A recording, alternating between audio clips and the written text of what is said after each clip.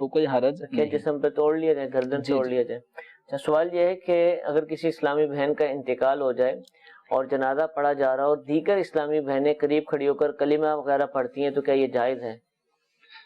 نماز جنازہ پڑھا جا رہا ہو، یہ بھی وہیں چلی جاتی ہیں اور سائڈ پہ کہیں کھڑی ہو جاتی دیکھیں ہیں، دیکھ رہی خواتین ہوتی ہیں۔ کو ایسے مقامات پہ کہ جہاں ان کو اجنبی مرد دیکھیں، ٹھیک ہے، ایسے مقامات پہ عورتوں کو نہیں آنا چاہیے۔ ٹھیک ہے، یہی وجہ ہے کہ مساجد سے عورتوں کو روکا جاتا ہے، اور حضرت عائشہ رضی اللہ تعالیٰ عنہ کی بارگاہ میں بھی خواتین حاضر ہوئی تھی کہ ہمیں حضرت عمر رضی اللہ تعالیٰ عنہ مسجد میں آنے سے روک رہے ہیں، تو حضرت ام المؤمنین عائشہ رضی اللہ تعالیٰ عنہا نے یہ ارشاد فرمایا تھا کہ عورتوں کے یہ جو انداز آج کل دیکھنے میں آ رہے ہیں، اگر حضور صلی اللہ تعالیٰ علیہ وسلم دیکھتے تو ان عورتوں کو بنی اسرائیل کی عورتوں کی طرح مسجد میں آنے سے منع فرما دیتے۔ تو یہ اس دور کی بات ہے۔ اس دور کی بات ہے۔ تو اب تو زمانہ جس طرح چل رہا ہے کسی کو بتانے کی حاجت نہیں ہے، سب کو یہ پتہ ہے کہ پردہ کہاں گیا، کیا ہوا پردے کا حال۔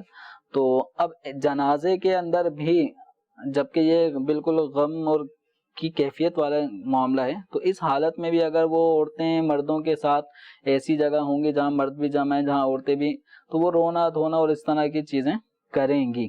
تو خواتین کو مردوں کے ایسی جگہ پہ جہاں مرد ان کو دیکھیں اور بے پردگی کا ماحول ہو، تو عورتوں کو اس انداز میں آنا منع ہے۔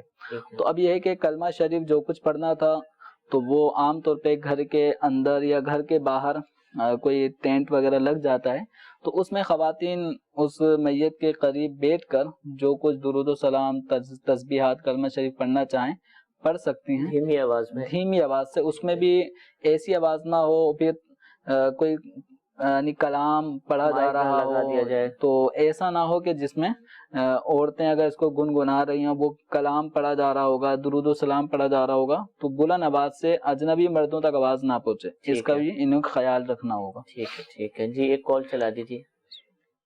مفتی صاحب سے میرا یہ سوال ہے کہ میت کو تابوت سمیت دفناتے ہیں یا تابوت کے بغیر؟ اگر تابوت سمیت دفنا رہے ہیں تو اس کا کیا حکم ہے؟ جہاں تابوت میں میت رکھی گئی تو اب کیا دفنایا جا سکے؟ دیکھیں بس اوقات تابوت یعنی لکڑی کا صندوق نما ایک بنا دیا جاتا ہے اور اس میں میت کو رکھا جاتا ہے، تو سنت یہ ہے کہ صندوق نما یعنی تابوت میں میت کو رکھ کر تدفین نہ کریں۔ ٹھیک ہے، سنت یہ ہے کہ میت کا جسم ڈائریکٹلی زمین پر ہو، ٹھیک ہے، جو بھی اندرون۔ اچھا بس اوقات ایسا ہوتا ہے کہ زمین کچھ نرم ہوتی ہے اور وہ نہیں ٹھہر پاتی، تو بامر مجبوری پھر تابوت میں رکھ کر تاکہ میت کے اوپر مٹی نہ گرے، اس بنا پر ضرورتاً تابوت میں رکھ کے تدفین کی جا سکتی ہے، اس کی گنجائش ہے۔ لیکن جہاں مٹی مناسب ہے اور وہاں ضرورت نہیں پڑ رہی تو تابوت میں رکھ کے مردے کی تدفین مکروہ ہے، خلاف سنت۔ ٹھیک ہے، لیکن تدفین اگر ہو چکی ہے تو اب اس کو نکالیں گے نہیں۔ ٹھیک ہے۔ بعض میتیں بہت دنوں بعد دفنائی جاتی ہیں اور وہ سرد خانوں سے تابوتوں میں آتی ہیں یا بیرون ملک سے آتی ہیں، اور کنفرم تو نہیں لیکن کہتے ہیں کہ نہیں اتنی نرم ہو چکی ہے کہ اس کو ہاتھ لگائیں گے تو شاید کیمیکل وغیرہ بھی لگنے کی وجہ سے ساتھ ہی ہے، تو اب اجازت مل جائے گی اگر واقعتاً ایسا ہے۔ ہاں، تو اگر اس کو ٹکڑے ٹکڑے ہونے سے اعضاء بکھر جائیں گے تو یوں تابوت میں رکھے بس ہوگا، اسمیل جی کچھ ایسی آ رہی ہوتی ہے کہ اگر اس کو رکھیں گے تو وہ دفنانے والوں کے لیے مسئلہ ہو جائے گا، تو جہاں ضرورت پڑے تو وہاں اس کی گنجائش ہے۔ ٹھیک ہے، ٹھیک ہے جی، ایک کال چلا دیجیے۔ میرا سوال یہ ہے کہ کیا جمعہ ادا کرنے کے لیے مسجد کا ہونا ضروری ہے یا غیر مسجد میں بھی جمعہ ادا کیا جا سکتا ہے؟ جی، جمعۃ المبارک کی نماز کے جو شرائط ہیں، ان شرائط میں یہ شرط نہیں ہے کہ وہ مسجد میں ادا کیا جائے۔ ٹھیک ہے، تو اگر مسجد کے علاوہ کسی میدان میں بھی اگر جمعے کا انعقاد ہوتا ہے تو اس میں کوئی حرج نہیں ہے، پڑھی جا سکتی ہے۔ ٹھیک ہے جی، ایک اور کال چلائیے۔ محمد تحسین بات کر رہا ہوں حضرت سلطان بہو کی تقریر چینل سے۔ حضرت مسئلہ یہ پوچھنا تھا، ایک مسجد کی چیز ہے تو مسجد کے بعد اگر ہم اس کو گھر میں استعمال کر سکتے ہیں، جیسے مطلب پنکھا ہے یا دروازہ ہے، یہ اس کے حوالے سے رہنمائی فرما دیں۔ جی حضور۔ جو چیز مسجد کے لیے وقف ہو چکی ہے تو ان کے سوال سے ظاہر یہی ہے کہ یہ مسجد کی جو ملک میں آ جاتی ہیں، مسجد کے لیے جو چیزیں وقف ہو جاتی ہیں ان کے بارے میں سوال کر رہے ہیں۔ تو مسجد کے لیے وقف پنکھا یا کوئی چٹائی، کوئی دری، جائے نماز، حتیٰ کہ مسجد میں وقف جو قرآن پاک ہیں ٹھیک ہے، تو ان کو اپنے گھروں پر لے کر نہیں جا سکتے. ٹھیک ہے. یہ مسجد ہی میں رہ کر ان کا جو استعمال ہوگا معروف وہی کیا جائے گا. جب مسجد شہید کی گئی، اس کی نئی تعمیر، نئی توسیع کی جا رہی ہے، اس وقت چیزیں اتری اور سیل کرنی ہے، تو کیا اب کوئی خرید کر اپنے گھر میں استعمال کر سکتا ہے؟ ہاں، یا ایسی اس کو بھی چیزیں کسی مسجد ہی کے لیے خریدا جائے، کسی مدرسے ہی کے لیے خریدا جائے، یا ذاتی استعمال میں بھی آ سکتی ہیں چیزیں؟ ایسی چیزیں کہ جو اب مسجد کے استعمال میں بالکل نہیں آئیں گی ٹھیک ہے. اور پڑے پڑے رکھے رکھے وہ ضائع ہو جائیں گی اور بے قیمت ہو جائیں گی، تو اور مسجد کی ضرورت سے بالکل زائد اب کبھی استعمال میں آنے کی کوئی امید نہیں ہے، تو ایسی چیز کو ضائع ہونے سے بچانے کے لیے اس کو فروخت کرنے کی اجازت ہے.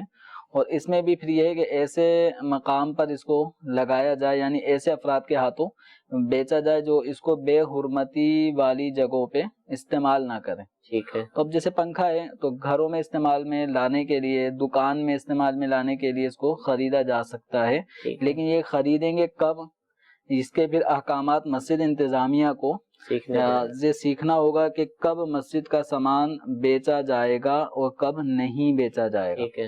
تو اس حوالے سے دارالفتہ اہل سنت یا اپنے شہر کے جو مفتیان اہل سنت ہیں ان سے ضرور رجوع کریں اور نفس مسئلہ درست طریقے سے سمجھیں کہ کب اور کیوں، کس کنڈیشن میں ہم مسجد کا مال فروخت کر سکتے ہیں اور کس صورت میں نہیں کر سکتے. ٹھیک ہے. مساجد کی جو انتظامیہ ہے اور مدارس کے جو محتممین ہیں، جن کی مینجمنٹ ہے، ان کو ایک کام تو ضرور کرنا چاہیے کہ جو بھی چندہ جمع کریں یا جو بھی سامان بالخصوص مسجد کے لیے، اپنے مدرسے کے لیے، جو کوئی اور وقفی ادارے ہیں ان کے لیے اگر آتا ہے تو اس کی پوری وضاحت اپنے پاس نوٹ فرما لیں کہ یہ پنکھا ہے، یہ فلاں تاریخ کو ملا، فلاں شخصیت نے دیا، یا ان لوگوں سے چندہ لے کر ہم نے خریدا اور اس مقصد کے لیے لیا گیا.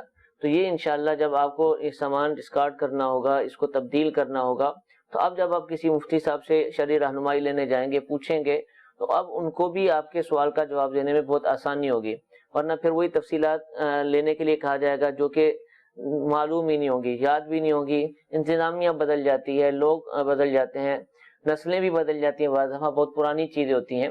تو اب چونکہ تیزی ہے زمانے کے اندر تو ہمیں یہ چیزیں کر لینی چاہیے، اس کا باقاعدہ رجسٹر بنانا چاہیے اور اس کے اندر تمام تر تفصیلات، جو چیزیں مسجد کے لیے، جو اس کے اثاثے ہیں، جو ہم پنکھے خریدتے ہیں، لائٹس خریدتے ہیں، چٹائیاں خریدتے ہیں، دریاں خریدتے ہیں، ہر چیز کی تفصیل ہوگی.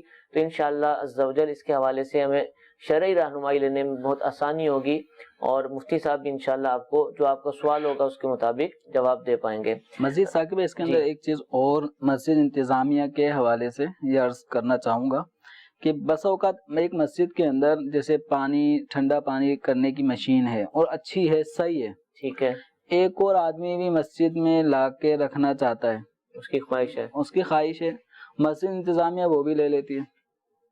اب ایک یوز میں آ رہی ہے، دوسرے کو رکھیں کہاں، استعمال میں کہاں لائے، لیکن چونکہ ایک آدمی نے دے دیا، وہ دینا چاہتے ہیں، مسجد انتظامیہ بھی کو ویلکم کرتی ہے، لے آئیں. کرسیوں کا ڈھیر لگا ہوا ہے، پانی کی کرسیاں ہو گئی، یعنی سیدھا پانی کھینچنے والی موٹر ہوتی ہے، اتنے زیادہ ہو جاتے ہیں مساجد میں. جی. تو اس طرح کی چیزیں مسجد انتظامیہ کو ایک لمٹ رکھنی چاہیے کہ جو چیزیں اس وقت ضرورت میں آ رہی ہیں اور بالکل آپ کی ضرورت پوری کر رہی ہیں، اب کوئی شخص وہ چیز دینا چاہ رہا ہے تو یقیناً آپ اگر اس کو بڑھا دیں گے تو مسجد کے اوپر کچھ اخراجات کا لوڈ بھی بڑھ جائے گا. ٹھیک ہے، اب آپ کو پائپ سسٹم کرنا پڑے گا.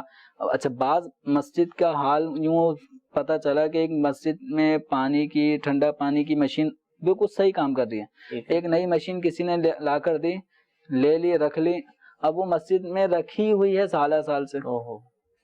اب جس نے دی ہے اس نے یقیناً رکھنے کے لیے نہیں دی ہے، لگانے کے لیے دی ہے. چیز رکھے خراب بھی ہونے، ادھر سے ادھر سرکانے ہٹانے کی وجہ سے ٹوٹ پھوٹ کا شکار بھی ہو سکتی ہے. تو مسجد انتظامیہ کو بھی چاہیے کہ اگر کوئی شخص کچھ دینا چاہتا ہے تو آپ کی مسجد کے اندر اگر اس کی حاجت ہے بالکل آپ اس کو لیں، تاکہ جو دینا چاہ رہا تھا اس کو ثواب شروع ہو جائے، اس کا استعمال میں آئے.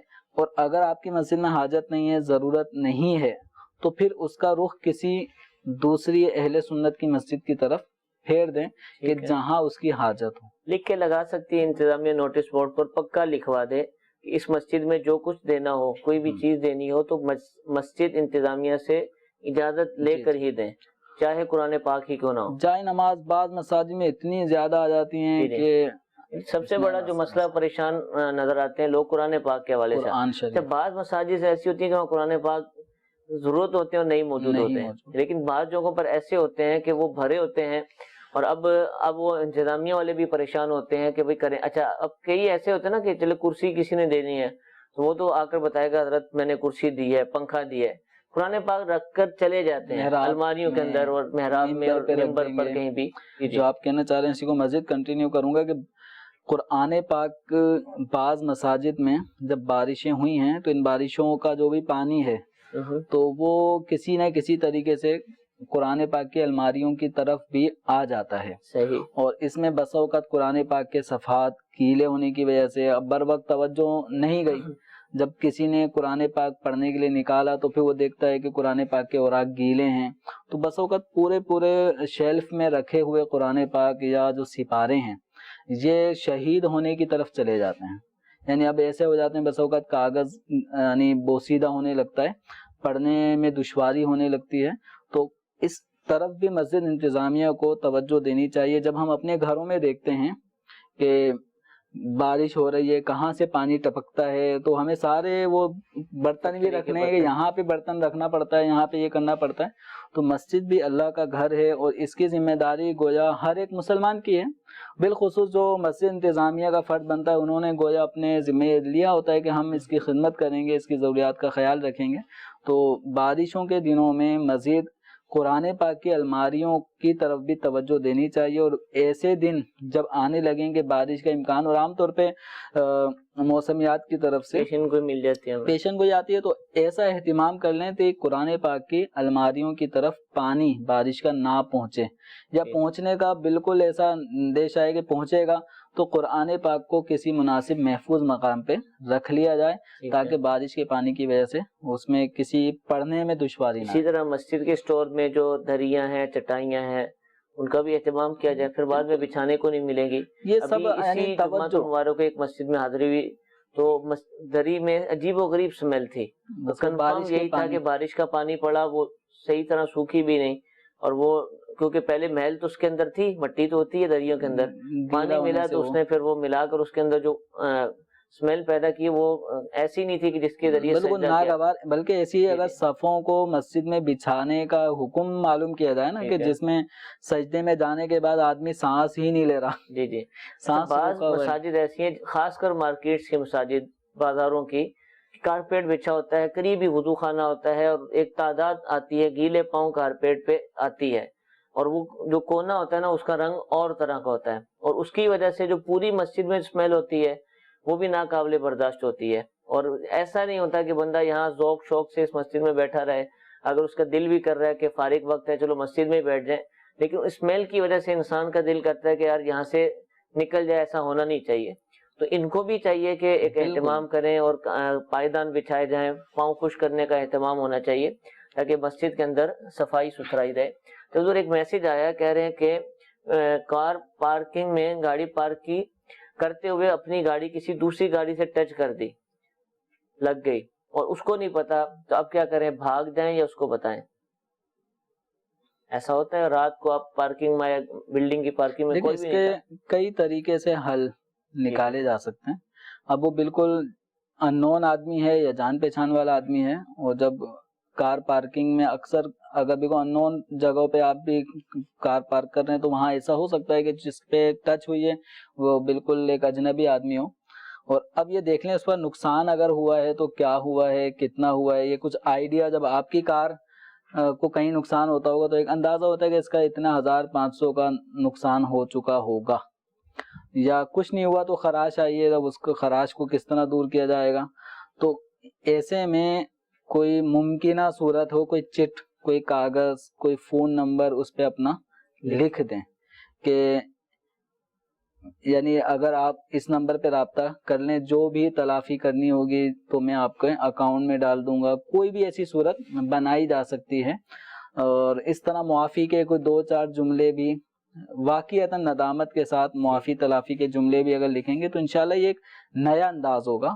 اور جس کی بھی گاڑی کو آپ کی گاڑی نے ہلکا سا بھی ٹچ کرنے کی وجہ سے جو بھی اب اس کی مطلب جو لائٹ ہیں وہ ٹوٹی ہیں یا کوئی چیز ٹیڑھی ہو گئی, کچھ بھی ہوا ہے, تو آپ کوئی چٹ, اور یہ چٹ وغیرہ لگانا ممکن بھی ہے, کار وغیرہ ہے تو کہیں نہ کہیں آپ کاغذ ایسی جگہ جہاں پہ وہ مالک ڈرائیو کرنے کے لیے جب آئیں گے تو اس کو پرچہ مل جائے. معاملہ ہے کہ پرچہ اگر جیب میں رکھنے کی عادت ہو, پھر قلم وغیرہ رکھنے کی عادت ہوگی تو انشاءاللہ اس میں مزید آسانی ہوگی. ٹھیک ہے, ورنہ جو صورت ہے تو اگر دماغ اپنے لڑایا جائے اس طرح یعنی حل کہ کل بروز قیامت یہ آدمی مجھے پکڑے نا, ٹھیک ہے, یہ آدمی مجھے پکڑے نا, اب اس کی کوئی بھی تدبیر آپ نکالیں گے تو انشاءاللہ جب ہم کسی زاویے سے سوچتے ہیں تو اللہ تعالیٰ نے ہمارے ذہن میں اس طرح کی صلاحیت رکھی ہے کہ ہزار رستے ہمارے سامنے آ سکتے ہیں. قابل عمل جو احسن طریقہ. ایک دوسرا پہلو ہے, اب میں اپنا واقعہ سناتا ہوں کہ ایک دفعہ ایک پارکنگ تھی, بلڈنگ میں میری رہائش تھی, بیسمنٹ میں پارکنگ ہے, بائک میں اپنی پارک کر رہا تھا تو ساتھ والی بائک کا انڈیکیٹر بالکل نکلا نہیں لیکن تھوڑا سا ڈیمیج ہو گیا, اور وہ ان کی غلط پارکنگ کی وجہ سے تھا. وہ کھڑی اس طرح کی تھی کہ وہ کوئی اور بھی ہوتا کر لیتا. تو اب میں نے بلڈنگ کے چوکیدار سے کہا کہ آپ جب یہ جن کی بھی ہے نا تو وہ جب آئیں تو مجھے بتا دیجیے گا, میری رہائش قریب ہی تھی. وہ آئے, انہوں نے بتایا. اب میں چاہتا تو چھپا بھی سکتا تھا, اور یہ تو انڈیکیٹر تو سمجھے عرف ہے کہ ٹوٹے تو کوئی پوچھے نہ. اب ہونا یہ چاہیے تھا, جو اب میرا ذہن تھا کہ آئیں گے تو کہیں گے ٹھیک ہے کوئی بات نہیں ہے, یا پھر مجھے کہیں گے کہ آپ اتنے پیسے دے دیں. ان فرد نے, اب تو مجھے یاد بھی نہیں اور وہ بھی مجھے پہچانتے نہیں تھے اس وقت, تو جو سنائی نہ کہ آپ کو طریقہ نہیں ہے, آپ کو شرم نہیں آتی ہے, آپ کو یہ نہیں آتی ہے, تو یہ اور لوگ بھی کرتے ہوں گے. کیا یہ رویہ صحیح ہے کہ ایک آدمی آپ کو بتا رہا ہے, اپنی غلطی پر نادم بھی ہے, آپ کا نقصان بھی پورا کرنا چاہتا ہے, اور آپ اب آگے سے کیا اس کو یہ حق ملتا ہے کہ یہ ان چیزوں کا ڈانٹنے کا, برا بھلا کہنے کا شریعت اس کو اجازت دیتی ہے؟ جیسے ٹکریں لگ جاتی ہیں اور بعض لوگ کہہ رہے ہوتے ہیں روڈوں پر, ٹھیک ہے حضرت میں آپ کے پیسے دے دیتا ہوں, لیکن نہیں, مارنا ہی ہے, لڑنا ہی ہے. کیا ان چیزوں کی اجازت ہے؟ دیکھیں اس طرح کی جب بالکل یہ انداز ہی غلط ہے جو آپ کے ساتھ ہوا, یہ واقعہ جو بھی ہے, یعنی آپ کے دل میں اس کو یادگار ایک وہ ہو گیا نا واقعہ, یعنی آپ تو سمجھ رہے تھے کہ میرے اس عمل سے ہو سکتا ہے اگلا شخص مطلب. اچھا, مجھے چوکیدار نے کہا, کہتے ہیں مولانا صاحب کوئی مسئلہ نہیں, روز کا کام ہے, آپ, میں نے کہا نہیں آپ نے بتانا ہے ان کو کہ یہ ہوا ہے, آپ ان سے مل لیں. لیکن آپ ہمت نہیں آ رہے ہیں ثاقب بھائی, ایسے لوگ اگر آپ کو یوں ٹکراتے ہیں تو کوئی اچھے بھی آپ کو ملیں گے جو آپ کو کہیں گے کوئی مسئلہ مولانا صاحب یہ تو ہوتا ہی رہتا ہے. تو ان کا جو انداز جو آپ کے ساتھ رہا بالکل ہی غلط رہا. ان کو چاہیے تھا کہ آپ کے ایکسکیوز کرنے کو باقاعدہ وہ سراہتے, اپریشیٹ کرتے, اور آپ کو کہتے ہیں کوئی مسئلہ نہیں ہے, تو ہوتا رہتا ہے. جب بائک لی ہے تو ایسا ہوگا. جس طرح ہمارے پارکنگ ہوتی ہیں بائکس کی گلی محلوں میں اور بلڈنگ کی, وہ آپ کے سامنے ہے کہ آپ, ہاں تو اس میں دیکھیں قصدن میں یہ نہیں کہہ رہا کہ آپ کی وجہ سے کسی کا انڈیکیٹر ٹوٹتا ہے تو آپ بھاگ جائیں. ٹھیک ہے, ٹوٹتا ہے, جب آپ نے گاڑی روڈ پہ رکھی ہے تو یہ گھسے گی, ٹوٹے گی, کچھ نہ کچھ ہوگا, لیکن جس کی وجہ سے ایسا ہو رہا ہے اس کی یہ ذمہ داری بنتی ہے کہ اس کی تلافی یا معافی, ان دو میں سے کسی ایک صورت کو اس نے اختیار کرنا ہے. تو آپ نے وہی کرنا چاہا تھا. اب اگلے شخص کی ذمہ داری بنتی تھی کہ آپ کے اس عمل کو یعنی جو قابل داد اور داد تحسین کا حق رکھتا تھا, اس کے باقاعدہ آپ کو وہ کچھ نہ کچھ کرتا, لیکن اس نے الٹا کیا, غلط کیا. حدیث مبارکہ میں اس طرح کا مضمون موجود ہے کہ یعنی جس میں جب کوئی کسی اپنے بھائی کے پاس معافی کے لیے آئے تو اس کو معاف کر دینا چاہیے. معاف نہ کرنے والے کے لیے احادیث مبارکہ میں وعید بیان کی گئی, جس میں حوض کوثر پر نہ آنے جیسی وعید روایت میں الفاظ کو جس طرح کے یاد آ رہے ہیں.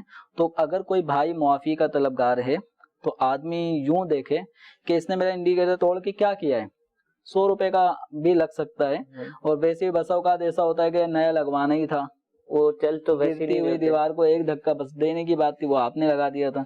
تو ایسے میں چاہیے تھا کہ فراخ دلی کا مظاہرہ کیا تھا. اور لیکن اگر کوئی معافی کے لیے آ رہا ہے اور اس کو معاف نہیں کیا جا رہا, اور لڑائی جھگڑا آپ کیا جا رہا ہے, اس نے آپ کا انڈیکیٹر توڑا, قصدن نہیں, ٹوٹ گیا, آپ اب جانتے بوجھتے جو چڑھائی کر رہے ہیں تم لوگ ہو ایسے, تم نے یوں کیا تو یوں کیا, جیسے روڈوں پہ ایکسیڈنٹ ہو جاتے ہیں اس کے بعد جو تماشا لگا ہوتا ہے آئے دن, تو یہ اب دل آزاری ہو رہی ہے. جی. اس نے آپ کی ایک بے جان چیز توڑی, آپ اس کے دل کو, جو پورے جسم کا سمجھو بادشاہ ہے, آپ اس کو ہرٹ کر رہے ہیں, اس کو تکلیف پہنچا رہے ہیں. اب یہ پہلے اگر یہ ظالم قصدن ظالم نہ بھی تھا, اب آپ قصدن ظالم بن رہے ہیں, اب آپ ایذاء مسلم کا سبب بن رہے ہیں. تو اگر ایسے لوگ یعنی جن سے آپ کا پالا پڑا, ایسے افراد اگر اپنی سوچ بدل دیں اور معافی مانگنے والے کی حوصلہ شکنی کے بجائے حوصلہ افزائی کریں, تو آپ دیکھیں گے اگر مجھ سے کوئی نقصان ہوا ہوگا نا, میں فراخ دلی کے ساتھ اس نقصان کو پورا کرنے کے لیے تیار ہوں. بسوں کا آدمی ذہنی طور پہ تیار ہوتا ہے, لیکن خطرہ ہوتا ہے کہیں ایسا آبیل مجھے مارنا ہو جائے, ٹھیک ہے, کہ ہم کوئی اچھا کرنے گئے تھے الٹا ہی ہو گیا. تو ایسا نہ ہو. کسی کا کوئی پرس گر جاتا ہے, وہ پرس اٹھا کے واپس دینے جا رہا ہوتا ہے کسی کو, مالک تک تو آتا ہے اس میں تو 10,000 روپے تھے, وہ کہتا کچھ بھی نہیں تھا, یہ جیسا اٹھایا تھا ویسے آپ کو دے رہا ہوں, 10,000 تھے, تم نے 10,000 چرائے. تو اب ہوتا یہ ہے کہ اگلے شخص کو مزید ہم اس عمل سے روک رہے ہوتے ہیں جس کا شریعت نے اس کو حکم دیا ہوتا ہے. تو اس پہ حکم ہے کوئی چیز ٹوٹ گئی, اب اس کی تلافی کریں. لیکن اگر ہمارا بیہیویئر بالکل الٹ ہوگا تو ہم گویا لوگوں کو حکم شرع پہ عمل کرنے سے اپنی اس بد اخلاقی کی وجہ سے روک رہے ہیں. تو ہمیں بد اخلاق نہیں ہونا. مسلمان حسن اخلاق کا سراپا ہوتا ہے, وہ بالکل اس کا ہر عمل حسن اخلاق سے مزین ہوتا ہے. اب جیسے ہوتا ہے گاڑیوں کی ٹکر لگی اور پیچھے والے نے مار دی, اب ہو سکتا ہے کہ آپ نے غلط بریک لگائی ہو, لیکن لگی اب پیچھے والے کی وجہ سے آپ کی گاڑی کو, تو اب آپ نکلیں گے اور نکل کر اس کی گریبان کو ہاتھ ڈالیں گے, باہر نکل 2-4 تھپڑ لگائیں گے, لینے آخر میں پیسے ہی ہیں. تو یہ سارا کرنے کی پھر کیا ضرورت تھی؟ بعض دفعہ آدمی کہہ رہا ہوتا ہے سر میں آپ کو دیتا ہوں کرتا ہوں, لیکن اس وقت شیطان, ہاں پھر مزہ نہیں. اچھا 2-4 اور بھی آتے ہیں تو وہ بھی فریق بن جاتے ہیں. تو پھر اس میں ایک مسئلہ اور آتا ہے, کئی دفعہ یہ سنا کہ اب ڈنٹ پڑ گیا گاڑی کو نا, اس کا خرچہ کتنا لیا جائے گا؟ اب وہ عموماً 400 600 800 1000 میں کام ہو سکتا ہے, تو اب ایک دم 10,000 کا مطالبہ, تو 8,000 کا مطالبہ. تو کیا یہ شخص کے جس کو پے کرنا ہے یہ کہہ سکتا ہے کہ بھائی ٹھیک ہے ہم دکاندار کے پاس جاتے ہیں, ٹھیک ہے, اور وہاں وہ جو کہے گا وہی ہوگا, یا پھر اس کی ابھی ہاتھوں ہاتھ تلافی اور اس کو ابھی پیسے دینے اس پہ لازم ہے, اور جتنے مانگ رہے اتنے ہی دینے لازم ہے, یا اس کا جو بنتا ہے وہ دینا لازم ہے؟ جو واجبی قیمت بنتی ہے ٹھیک ہے, اس کا اگر واقعتاً اس کی غلطی ہے تو اب میں اچھے خاصا چل رہا ہوں, اگلا شخص کو پتہ نہیں کیا ہوا, اب جانتے بوجھتے بریک لگاتا ہے, پھر گاڑی ٹھکتی ہے, تو اس کا قصور ہے اگلے اس کا ہے ہی نہیں ہے. ٹھیک ہے, تو جس کا قصور ہے, جس کی وجہ سے اگر کسی کی کوئی چیز ٹوٹی ہے, تو اب اس نقصان جتنا بنتا ہوگا اتنا ہی لیا جا سکتا ہے. تو اگر 1,000 روپے کوئی نقصان کی قیمت بن سکتی تھی تو 2,000 کا مطالبہ نہیں کر سکتے. ٹھیک ہے, جتنا, ہاں وہ اپنی مرضی سے آپ کو بھلے 2,000 دیتے ہیں, وہ ایک الگ بات, لیکن جتنا بنتا ہے اس سے زیادہ کا مطالبہ نہیں کر سکتے. ٹھیک ہے, ٹھیک ہے, جزاک اللہ. اللہ تعالیٰ ہم سب کو دین کی باتوں پر عمل کی سعادت عطا فرمائے. آمین بجاہ النبی الامین. صلو علی الحبیب صلی اللہ تعالی علی محمد صلی اللہ تعالی. نہ جانے مسائل تو علماء سے پوچھیں, یہ حکم مبین ہم کو رب سے ملا ہے, چلو پوچھ کیسے جیے زندگی کو, چلو پوچھ لے کس میں رب کی رضا ہے, رب کی رضا ہے.